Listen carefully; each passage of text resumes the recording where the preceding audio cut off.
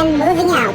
As still very dangerous Hurricane Isabel closes in, thousands evacuate. We'll tell you where the storm's likely to hit, when, and how hard. A new round in court for the California recall. Why voters can end up with a ballot from hell. Will your boss do what he's doing? Why he decided to help his workers get lower-cost prescription drugs despite opposition from Washington.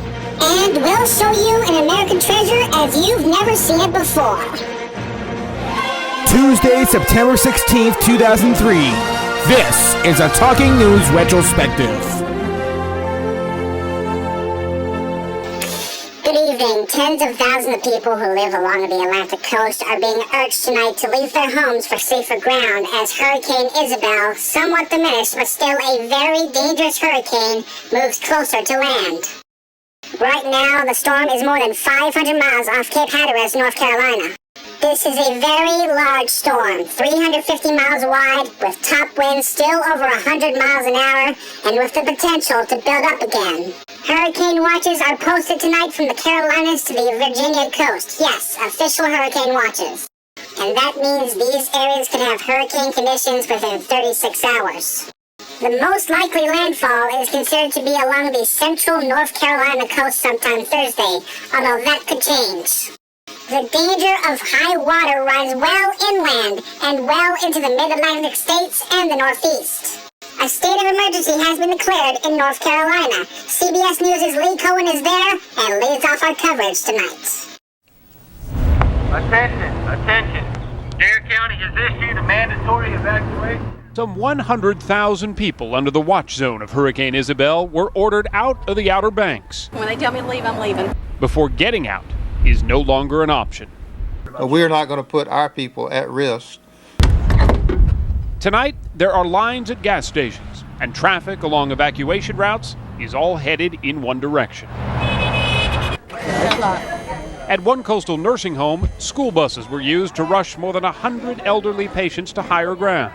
A worry for Maureen Woodbury, whose ailing father is 90 years old. I'm with him every day, so it's hard to let him go. But even risky evacuations are hardly an overreaction, because Isabel is looking suspiciously similar to Flora, a Category 2 hurricane which hit North Carolina 4 years ago today.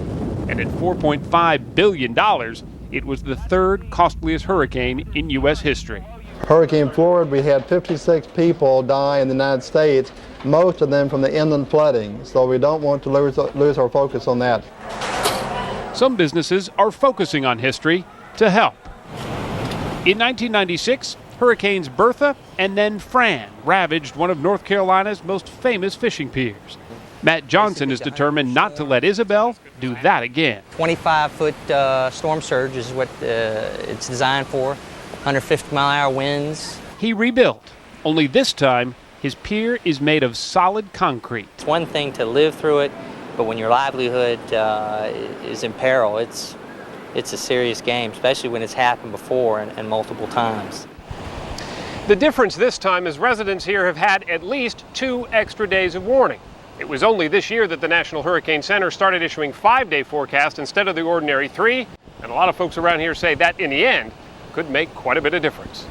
Yes, it could. Lee Cohen reporting live from the Outer Banks of North Carolina. Even before a single water drop from Hurricane Isabel fell, much of the ground in the Northeast is saturated from heavy spring and summer rain. So near Laurel, Maryland, officials are releasing 1.5 billion gallons of water from the local reservoir into the Patuxent River. This is to make more room in the reservoir for the runoff from Isabel. And there's fear of flooding in Pennsylvania as well after scenes like this. A downpour triggered flash flooding in the suburbs west of Philadelphia, forcing hundreds from their homes. Some were trapped and had to be rescued from the fast-moving water. One desperate man stood on top of his car, waiting for help. In and around the nation's capital, fear of flooding has been translated into action. There are rendered veterans of hurricanes in the area, both military and civilian. CBS News' Cynthia Bowers is waiting on Isabel in Virginia, watching how they're preparing. Storm warnings have already sounded for the U.S. Navy in Norfolk. This morning, the Atlantic Fleet sent 40 ships to sea to ride out Hurricane Isabel. But it is an easy decision that any prudent mariner has to take. The preparation didn't stop at the pier, as long lines formed anywhere hurricane supplies were on sale.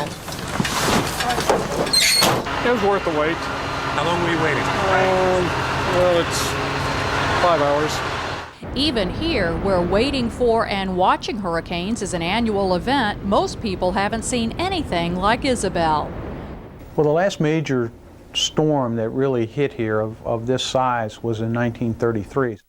Seasoned storm veteran Charlie Fleetwood spent much of today preparing for the possibility of high wind and high water.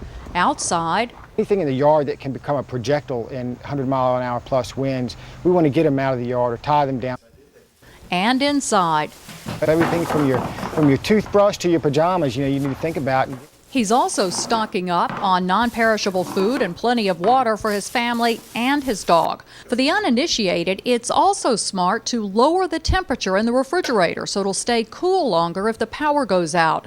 Experts say to protect important papers from wind and water.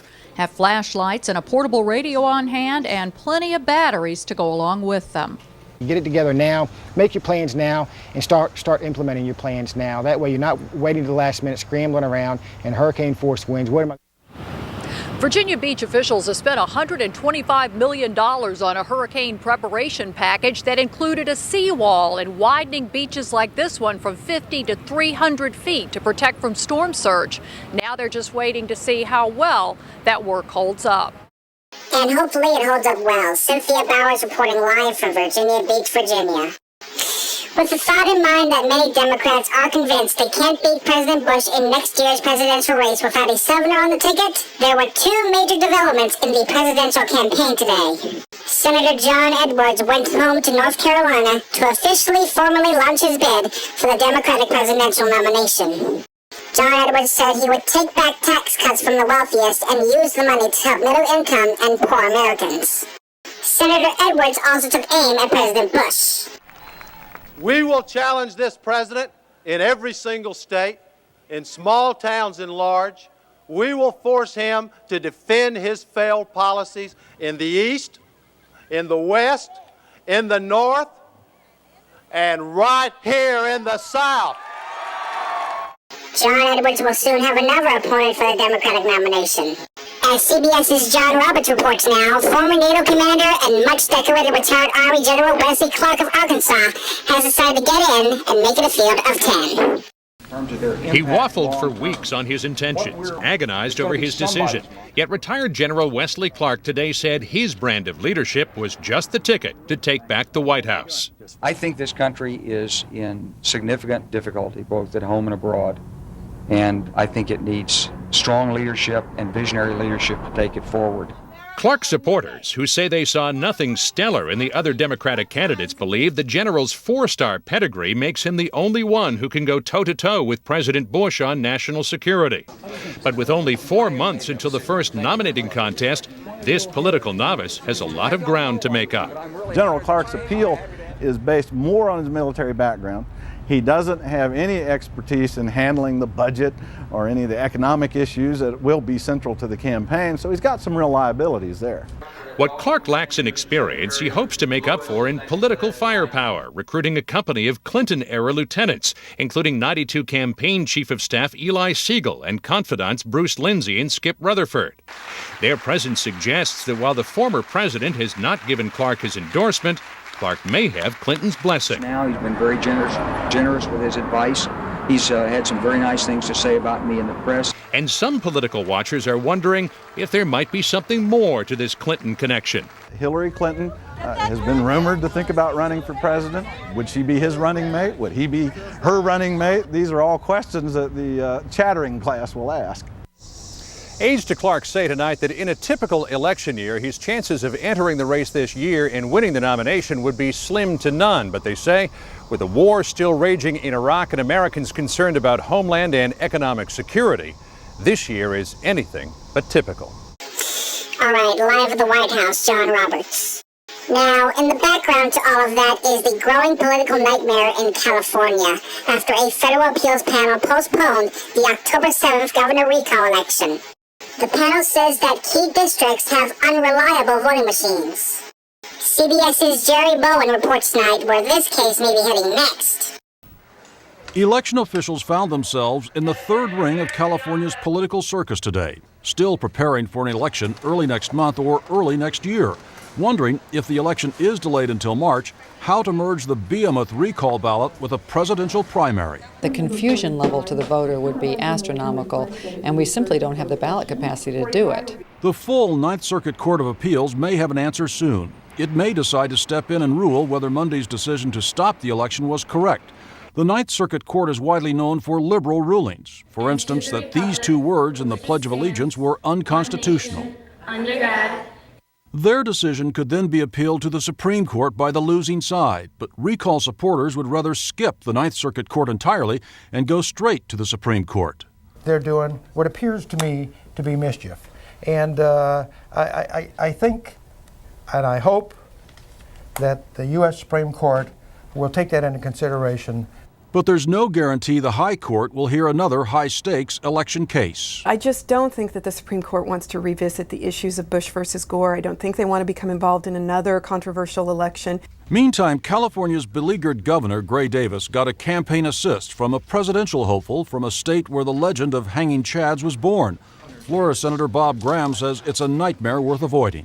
So it is my honor to be here on behalf of sanity. And who does the delay help? Conventional wisdom says Davis benefits most, Republicans Arnold Schwarzenegger and Tom McClintock least.